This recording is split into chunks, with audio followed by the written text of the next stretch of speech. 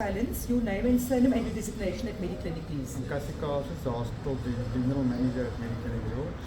Mr. Karstens, obviously since Monday, Mediclinic jumped in terms of assisting with the victims and the survivors of the building collapse. Can you give us let's start with, does that generally happen for a private hospital to get involved in an incident like this? No,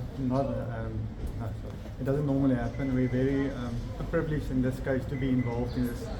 It's a tragedy in town. We feel for the victims and the families. But the moment we got the call from the doc and they said, listen, it's an incident that happened, we just jumped in and said, stay in the area you need to. We will look after them. We communicated with the George Hospital. We worked so nicely with them. It was so encouraging to see the private and the public sector work together like this.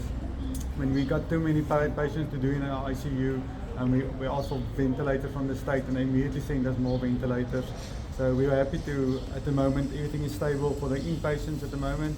Unfortunately, 4 of our patients passed away up to now. We have discharged about 5 patients already, and we admitted 18 in total.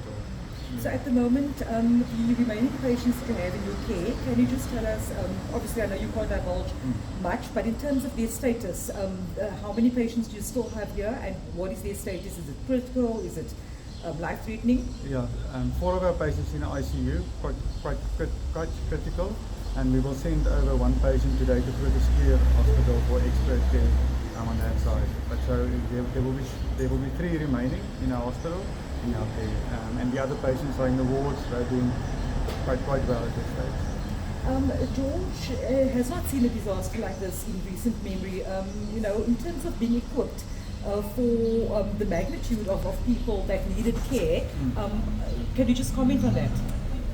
Yeah, I think it's a team effort. The moment you come together and work as a team, anything is possible. We do practice the disasters every year with the drills and stuff like that. And the moment something happens like this, you just go on autopilot and you know what to do.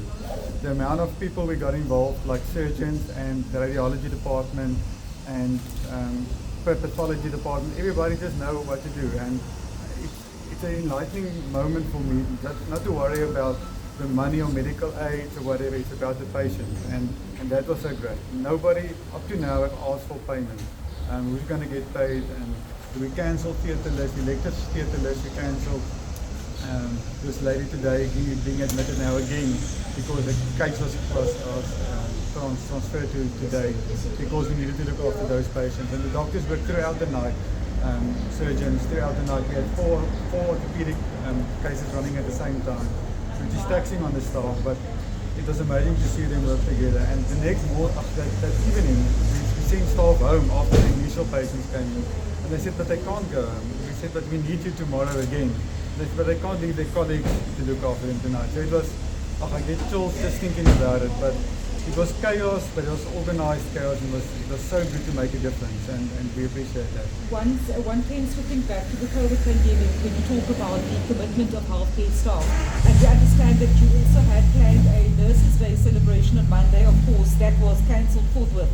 No, we had it. We had the function in the morning, and we had a masseuse for the staff. So the ladies had massages during the morning, and by 2 o'clock we said, okay, this is now we cancelled. We're going to continue in straight disaster mode. So yeah, it's a weird day that Nurses' Day was celebrated in our hospital, and the same day as nurses were celebrated in the town. So it's really a collaborative effort, and we are privileged to be in this industry and to work in this hospital.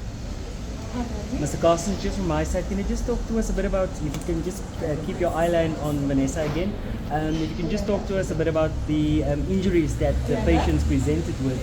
You made mention of orthopedic, but what other types of injuries did they come to hospital? Yeah, generally it was orthopedic cases, broken bones, spinal injuries as well as head injuries. But that was the most part. Some patients were lucky enough to sustain minor injuries and only dehydration because of the 24 hours being underground or trapped. So that they were the lucky ones. Thank you. Miskien net vir ons Afrikaans